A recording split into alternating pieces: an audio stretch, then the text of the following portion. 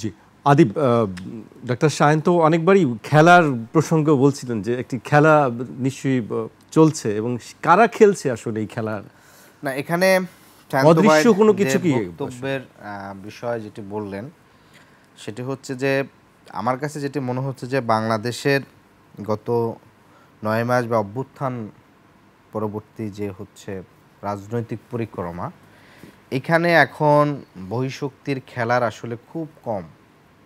কারণ যদি বহিঃশক্তিরা খুব বেশি খেলতে পারত তাহলে তারা সর্বোচ্চ মাথায় হাত বুলানো, তাদের ওই স্যাংশনের জন্য হচ্ছে 2024 সালের হচ্ছে ধরেন যে নির্বাচন, সে নির্বাচন সুষ্ঠু হয়ে যেত, আন্দোলনে করতো, এইগুলো এখন নাই।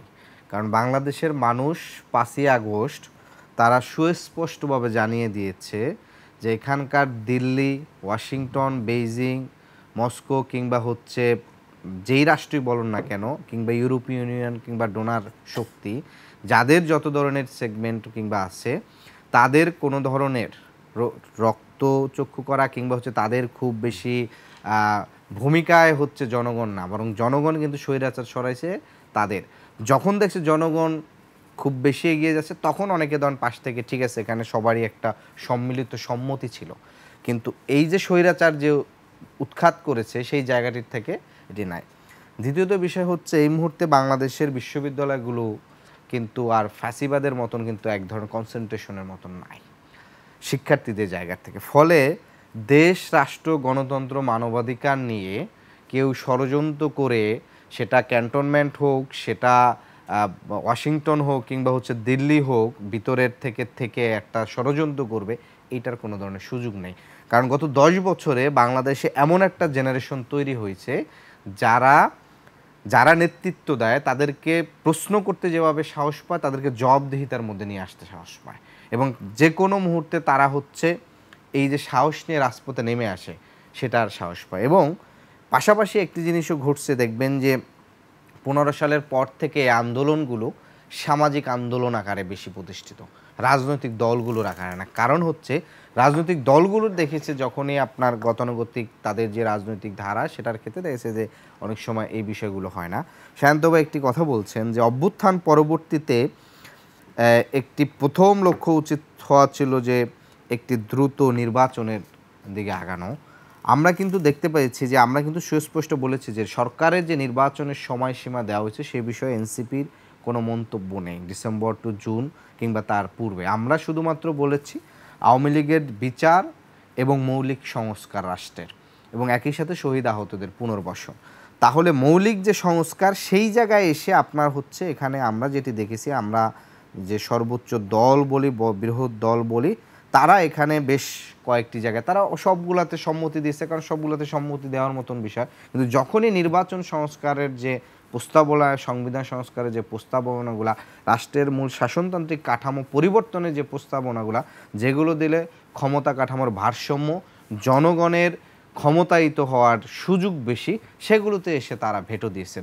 আমরা যেভাবে দেখেছি স্বাধীন বাংলাদেশের পরবর্তীতে পুরো স্বাধীনতার মুক্তিযুদ্ধের যে আকাঙ্ক্ষা ছিল, সেই আকাঙ্ক্ষাটা এক ব্যক্তিকে সামনে রেখে, অর্থাৎ শেখ মুজিবকে সামনে রেখে একটা সংবিধান তৈরি করে যেভাবে বাংলাদেশের স্বাধীনতার আকাঙ্ক্ষা 72-এর সংবিধানের মাধ্যমে ধূলিসাৎ হয়েছিল এবং স্বৈরতান্ত্রিক শাসন ব্যবস্থার মধ্যে ঢুকে গিয়েছিল, অভ্যুত্থান পরবর্তীতেও আমাদেরকে কেন জানি বারবার মনে হচ্ছে বড় বৃহত্তর দল শুধু একটা ব্যক্তির রাজনৈতিক কেরিয়ার, তার রাজনৈতিক কিভাবে সফল হতে পারে, তাকে কেন্দ্র করেই হচ্ছে তাদের এই সংবিধান সংস্কার বলে নানা বিষয়ে তারা প্রস্তাবনা রেডি করতেছে।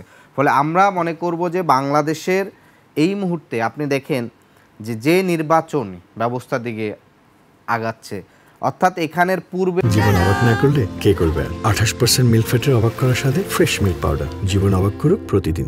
যত আইন আছে, আপনার নির্বাচন নিবন্ধন আইন কখন হইল?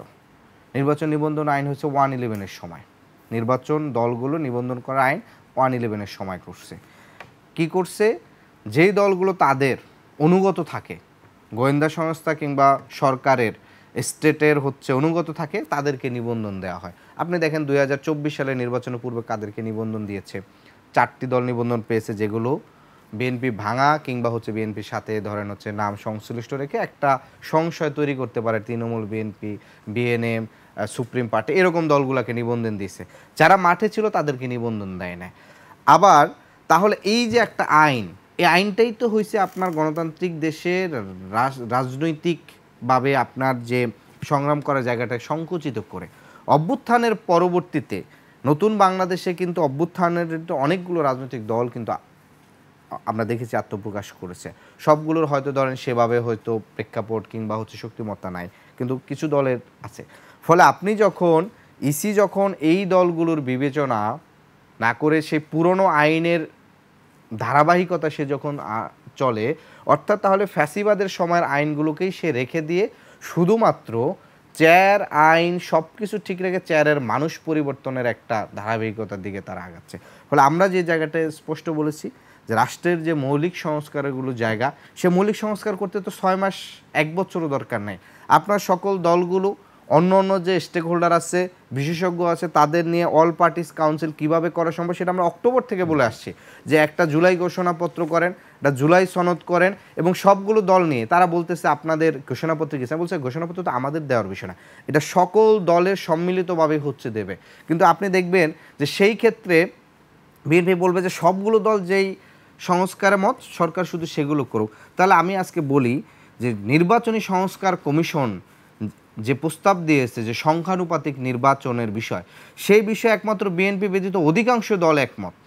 বাংলাদেশের ইতিহাসে প্রথম মনে হয় আদর্শিকভাবে খুব 2 মেরুর 180 ডিগ্রি 2 মেরুর সিপিবি জামাত, তারা আজকের এই ইসলামিক দল বলেন এবং বামপন্থী দল বলেন, তারা সংখ্যানুপাতিক নির্বাচনের বিষয়ে একমত হয়েছে, অধিকাংশ দল একমত হয়েছে। তাহলে বিএনপি অধিকাংশ দলের মতামতের প্রতি শ্রদ্ধা জানায়, তারাও সেটা রাজি করুক। আপনারও আমরা এখানে প্রথমের দিকে যেটি দাবি করেছিলাম যে উচ্চ কক্ষে সংখ্যানুপাতিক, নিম্ন কক্ষে বর্তমান যে জায়গাটি আছে, কিন্তু বর্তমানে যেহেতু তার পূর্বের একটি ব্যাখ্যা ছিল, যেহেতু আওয়ামী লীগ এর আগে দল আকারে ছিল, আওয়ামী লীগের বিষয়ে আমরা জাতীয়ভাবে কোনো সিদ্ধান্ত নিতে পারিনি, একটি দল বারবার হচ্ছে জনগণের উপরে ঠেলে দেওয়া যে জনগণ সিদ্ধান্ত, জনগণ তো 5ই আগস্ট তার সিদ্ধান্ত জানিয়ে দিয়েছে। ফলশ্রুতিতে আওয়ামী লীগ পরবর্তী বাংলাদেশের যে নতুন রাজনৈতিক মেরুকরণ, রাজনীতির যে প্রেক্ষাপট, সেই জায়গা থেকে আমরা মনে করি যে সংখ্যানুপাতিকের প্রতি আমরা ইতিবাচকভাবে ভাবতে পারি, এবং সেটা আমরা আমাদের মতন করে ডাক্তার শান্ত একেবারে